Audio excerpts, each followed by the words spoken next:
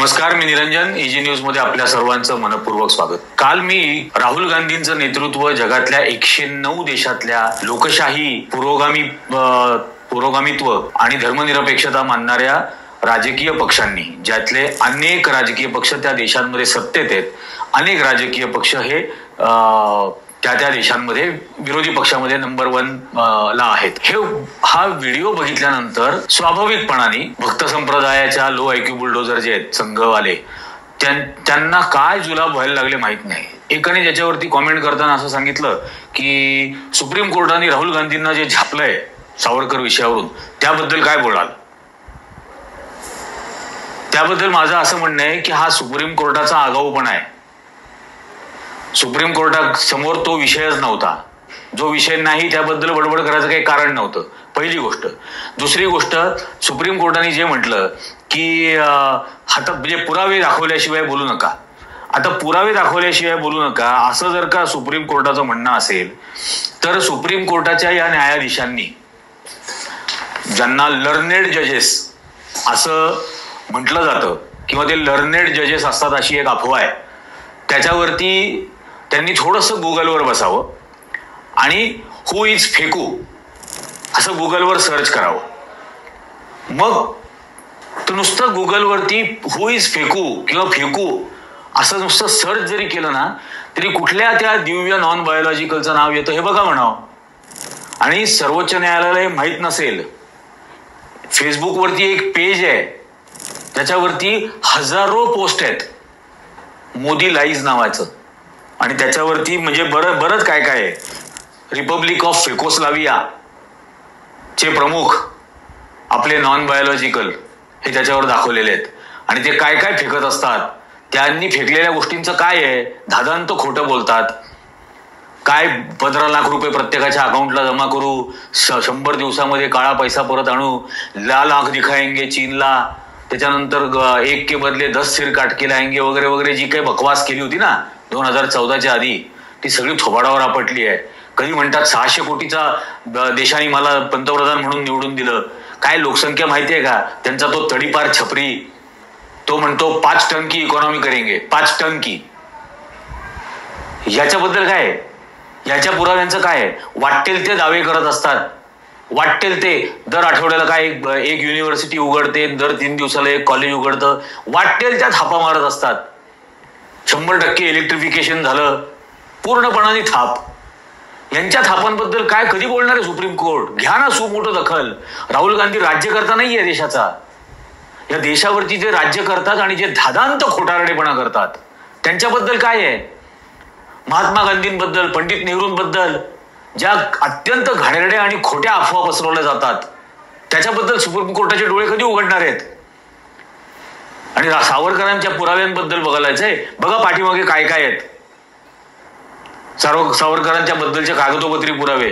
आणि ही झलक आहे फक्त, चुणूक 22,000 कागद आहेत. 22,000 कागद जगभरातून गोळा केलेले. सेल्युलर जेलच्या आर्काइव्ह मधून, नॅशनल आर्काइव्ह मधून, नेहरू मेमोरियलच्या लायब्ररीच्या आर्काइव्ह मधून, कलकत्त्याच्या आर्काइव्ह मधून, ढाक्यामधल्या आर्काइव्ह मधून, लंडन मधल्या इंडियन आर्काइव्ह मधून, पॅरिस मधल्या इंडियन आर्काइव्ह मधून सगळीकडून गोळा केलेली कागदपत्र आहे. हा फक्त नमुना दाखवतोय त्या मर्सी पिटिशन्सचा, माफी पत्रांचा. Where else will this prodigal son turn but to the merciful doors of the parental government? हा वाट भरकटलेला मुलगा मायबाप सरकारच्या दारामध्ये दयेची भीक मागणार नाही, नाहीतर कुठे मागेल. वाक्य वाचा. I beg to remain your most obedient servant असं वाक्य आहे. तुमचा आज्ञाधारक गुलाम बनण्याची मी भीक मागतो असं म्हणून सही केलेली आहे. आणि सुप्रीम कोर्ट काय म्हणतं, काय महात्मा गांधींनी लिहिलं फेथफुल सर्वंट आणि I beg to remain your most obedient servant. यातला फरक काय आहे? मी तुमचा विश्वासू सेवक. नरेंद्र मोदी पण बोलतो प्रधान सेवक. आहे का विश्वासू? आहे का प्रधान सेवकासारखं काम करणारा? Born before 1975? Do not skip this video. If you take more than 60 seconds to understand. अहो फार फरक आहे. सर्वोच्च न्यायालयाचे न्यायाधीश I beg to remain your most obedient servant and your faithful servant याच्यामध्ये फार फरक आहे. ते समजून घ्या. हे जरा इंटरनेटवरती शोधा. देशाच्या नॉन बायोलॉजिकल बद्दल काय काय बोललं जातं आणि हे कागदोपत्री पुरावे पण बघा. आणि नसतील राहुल गांधीकडे तर मी नेऊन देईन. असतीलच 100%. शेवटी 140 वर्ष जुना पक्ष आहे. 140 वर्षाचा आर्काइव्ह त्यांच्या इकडे आहे. पळता भुई थोडी होईल ज्यावेळेला पुण्याच्या न्यायालयात सादर होतील ना कागदपत्र, तेव्हा बघा मग काय होतं. Mercy petition number 1, clemency petition number 2, number 3, number 4, number 5, number 6 वाचा ना क्लेमेन्सी पिटिशन. क्लेमेन्सीचा अर्थ काय सांगावा सर्वोच्च न्यायालयाने. दयेची भीक मागितली, दयेची याचना केली. एखादा अर्ज केला तर दयेचा अर्ज केला. बायकोनी पाठवलेली आहे मर्सी पिटिशन, बघा वाचा, त्यातली भाषा बघा. वहिनींनी पाठवलेली पिटिशन्स आहेत त्यातली भाषा बघा. आणि इतर सर्व त्यांचा जो अख्खा पत्रव्यवहार आहे ते बघा एकदा. इंग्रजांबरोबर व्हाईसरॉय लिनलिथगो बरोबर केलेला करार आहे ते बघा. चारित्र्याबद्दल तर मी काही बोलत नाही आता. वेळ येईल तर ते दाखवीन कागदोपत्री पुरावे. आणि तो एक किनपाट थत्ते, तो काहीतरी कॉमेंट करत असतो, मुद्दाम वाचून दाखवतो. सावरकरांचे सख्खे मावस भाऊ, सख्खे विष्णुपंत भट यांनी काय लिहून ठेवलंय. सावरकर बंधू अंदमानमध्ये गेल्यानंतर संघटनेचे अध्यक्ष असलेल्या सॉलिसिटर हरी अनंत थत्ते यांनी निर्दोष सुटल्यानंतर भट आणि गोपाळराव पाटणकर यांच्या अनाथ कुटुंबांच्या चरितार्थाची सोय करण्याचं अभिवचन दिलं होतं. पण ते कसं मोडलं, कसं वाऱ्यावर सोडलं.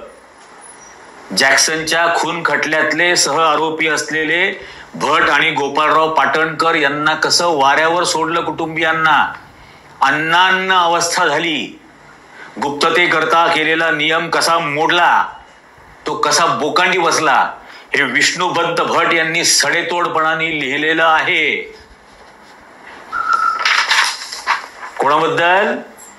हरी अनंत थत्ते यांच्याबद्दल.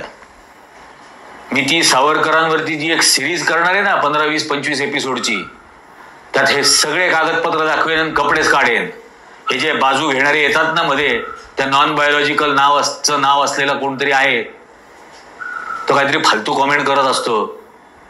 सगळे पुरावे दाखवेन त्यावेळेला. आणि सुप्रीम कोर्टाने पण हे पाठीमागं चालू असलेले बघून राहावे. हे सगळे पुरावे आहेत म्हणून राहुल गांधी बोलतोय. आहे का देशातल्या एकातरी न्यायालयाची ताकद एवढे पुरावे कोर्टाच्या ज्युडिशियल रेकॉर्डवरती ऍडमिट करून घेण्याची? आणि एकदा ज्युडिशियल रेकॉर्डवरती आले की ते पब्लिक डॉक्युमेंट होतील. गावागावात, वस्ती वस्तीत, चौकात चौकात लोकांच्या हातात ते कागद येतील आणि मग सगळं वस्त्रहरण होईल. आचार्य अत्रेंनी जे लिहिलं की स्वातंत्र्यवीर का स्वातंत्र्याचे शत्रू, म्हणून मी म्हणतो स्वातंत्र्यवीर नाही, स्वातंत्र्य वैरी हा त्याचा अर्थ होतो, स्वातंत्र्याचे शत्रूचा. आणि राहुल गांधींना हे करायला निघालेत. हे सगळे पुरावे आहेत, दणदणीत पुरावे आहेत, म्हणून राहुल गांधी बोलतात आणि बोलत राहतील. सत्य पचवायची ताकद ठेवा. आणि गांधी, नेहरू या सगळ्यांबद्दल, सगळ्या देशभक्तांबद्दल जे संपूर्ण धादांत खोटं आणि असत्य पसरवण्याचा प्रकार भाजप करते, म्हणून यांचं सत्य बाहेर काढण्याची वेळ येते. ते बलराज मधोक यांनी त्यांचं आत्मचरित्र लिहून ठेवलं, दीनदयाल की हत्या से इंदिरा की हत्या तक, जिंदगी का सफर नावाचं. त्याच्यामध्ये त्यांनी लिहिलं की दीनदयाल उपाध्यायांचा खून झाल्यानंतर जनसंघाने स्थापन केलेल्या सत्यशोधन समितीचे प्रमुख म्हणून बलराज मधोक त्या सगळ्या परिसरात गेले. वाराणसी पासून, मुघलसराय पासून आणखीन पुढपर्यंत शेकडो लोकांच्या साक्षी घेतल्या, जबाब घेतले आणि अहवाल दिला. त्याच्यामध्ये की दीनदयाळ उपाध्याय यांच्या हत्येला जबाबदार अटल बिहारी वाजपेयी, बाळासाहेब देवरस आणि नाना देशमुख होते. सगळे पुरावे आहेत. तुम्ही मार्केटमधून गायब जरी केले असतील ना तरी ती सगळी पुस्तकं आहेत, ते सगळे अहवाल आहेत, ते सगळे पुरावे देऊ. ज्यांची हत्या झाली त्या दीनदयाळ उपाध्यायांचं नाव दिलं रेल्वे स्टेशनला आणि ज्यांनी खून केला असा आरोप आहे अशा 2 जणांना दिलं भारतरत्न या नॉन बायोलॉजिकलनी. त्यामुळे तो जो कोण मूर्ख मला विचारत होता की सर्वोच्च न्यायालयाने राहुल गांधींबद्दल ताशेरे ओढले त्याबद्दल काय, त्याबद्दल हे उत्तर. भीत नाही, पुरावे आहेत, सत्य बाजूला आहे म्हणून इतका छातीत ठोकपणाने बोलतोय आणि बोलत राहिलोय आजपर्यंत आणि यापुढेही बोलत राहीन मरेपर्यंत. सत्य सांगत राहीन आणि सैतानांना शर्मिंदाच करत राहीन. वाटच बघा त्या सावरकर बद्दलच्या माझ्या अख्ख्या सिरीजची. सर्वांनी तुम्हाला या सगळ्या भागाबद्दल काय वाटतं हे तुम्ही इथं कॉमेंट करून सांगा. सगळ्यांनाच जे जे लोकशाही मानतात, संविधान मानतात, धर्मनिरपेक्षता मानतात, समानता मानतात, त्या सर्वांना माझं आव्हान आहे, इथं सांगा हे सत्य लोकांच्या समोर आणायचं का नाही आणायचं. राहुल गांधींचं अशा पद्धतीने तोंड बंद केलं नाही जाऊ शकणार. जे सत्य आहे ते बोलतच राहतील. तुम्हाला काय वाटतं याबद्दल हे खाली कॉमेंट करून सांगा. हा व्हिडिओ जास्तीत जास्त लोकांपर्यंत पोहोचवा. हा व्हिडिओ हेच यांच्या थोबाडात मारलेलं उत्तर असेल म्हणून जास्तीत जास्त लोकांपर्यंत हा व्हिडिओ पोहोचवा. आजच्या भागामध्ये इतकंच. धन्यवाद.